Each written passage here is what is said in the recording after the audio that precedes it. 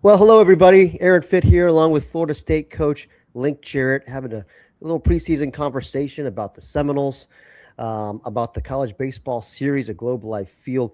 Coach Jarrett, I got to tell you, Florida State. I cannot remember the last time Florida State has left Tallahassee for a weekend early in the season in the pre-conference. This is something very new for this program, which has done a lot of winning for a very long time, but tends to start the year at home. But you guys are starting off in week two at Arlington, Texas, Globe Life Field, Michigan, Auburn, and Nebraska. What an exciting slate, an exciting treat for your fans early in the season. You're gonna find out a lot about your squad weekend two. And obviously when you start the season, we're at home. James Madison will be down, and they're clearly a very competitive team year in, year out. To go on the road, I thought it was a good maneuver.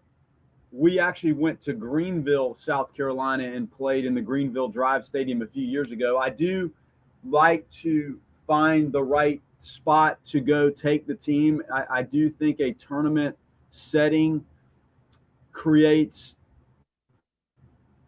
a good environment for the guys to learn how to adapt and adjust a little bit, whether the games start exactly on time and where you take batting practice. Are you in a cage? Do you end up in a similar situation down the road in a conference tournament, a regional, a super regional, Omaha? I think it's a really good test for how well you operate outside of the comfort of your own facility, your own timeline. Clearly, when you look at the teams in the event, I feel like this could be a bracket in Omaha.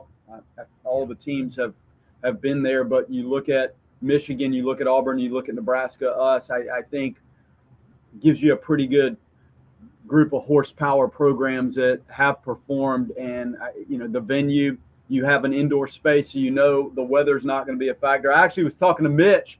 He said it can rain in there if you close the roof and the humidity's temperature's a little awkward. So I actually hope that happens, Aaron, to be honest. I mean, that's unthinkable to see that, but maybe we could pull it off. There's just so many reasons. Obviously, it's a neat part of the country. We can jump on a direct flight to get to Dallas from Tallahassee, which is also unique, but it checks every box. We were fortunate enough to land in a hotel. I committed to this so early that we are in a really neat hotel. I think the players will love it. We went to TCU a few years ago and played, and my wife's like, "You're going to the stockyard. You're going down to the stockyard." And when those bulls came walking down the road, I almost ran away from the stockyard. But I'm going back. There's just so many cool things to experience there aside from great competition, major league venue, and great support and how it's run. Are the players excited about playing at a big league park too? A gorgeous big league park?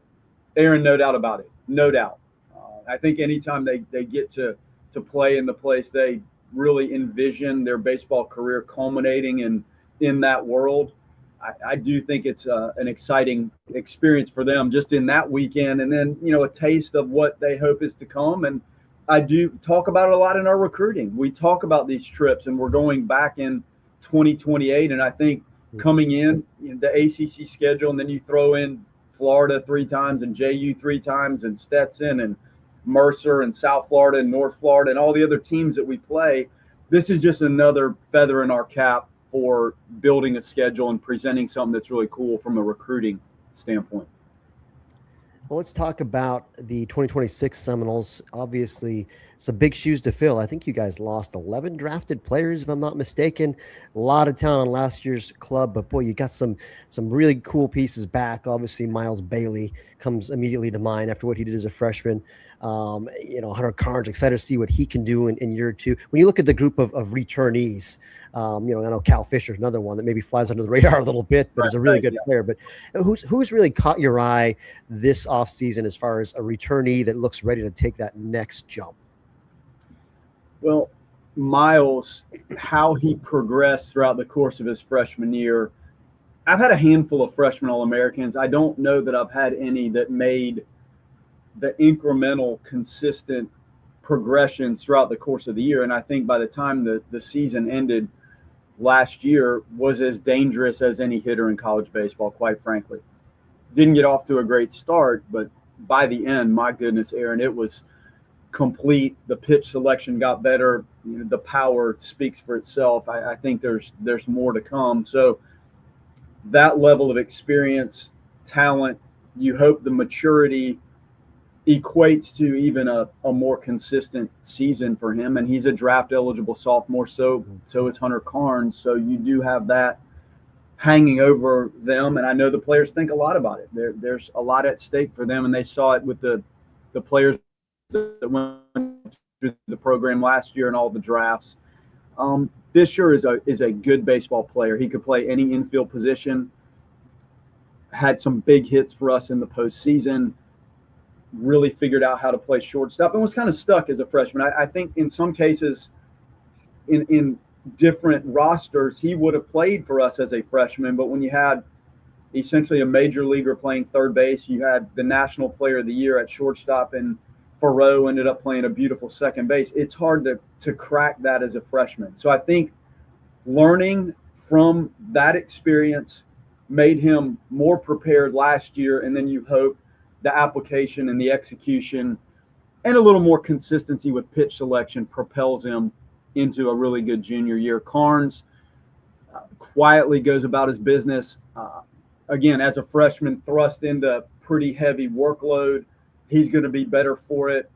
Physical, can run, uses the field well, very advanced. We saw that last year, advanced mindset for hitting as a freshman. Chase Williams, Aaron, we saw bits and pieces of that last year. That's the most dynamic get up and go acceleration run I've ever seen. And he was batting only left-handed by the end of the year. And you look at some of the left-handed arms we ran into, the poor guy was hanging in there. And I don't remember the numbers off the top of my head, but in a limited body of work, the batting average was pretty good. The stolen bases were good. If he had played a whole year, the stolen base total, he would have been, I would say, 50 plus. So that's exciting to have that back. DeLama Lure, bits and pieces last year. Some real big home runs for us. Batting average, not what we needed it to be. And I think with a summer season under his belt and then another fall and back, maybe a little more comfortable with himself, comfortable with the surroundings and the expectations, I think we'll see big things from him. Aaron, I do feel that the portal additions aged our team. I mean, we did lose a lot. We had 11 drafts and then one more sign as a free agent. So you vacuum out the older part of your team, essentially the whole thing. And the portal age, for whatever reason, seemed like we grabbed some older guys this year. So I do feel like, if nothing else, we did add some maturity, some physicality. You can spread it around the whole field, whether it's Braden Dowd in the outfield, Eli Putnam, Gabe Frazier. You go on and on. Then you drift to the pitching side. Trey Beard, exceptional left-handed arm, really good changeup. Bryson Moore from Virginia, Cole Stokes from Oregon, Gabe Nard from Duke, Kate O'Leary from Mississippi State. We just got a little older and replaced maybe some of the age that we lost, and I probably face the same challenge this year once the draft rolls around. Now the quest is to mesh this thing, and the last few years we played so well cohesively. You're trying to bond that now. Fall was good.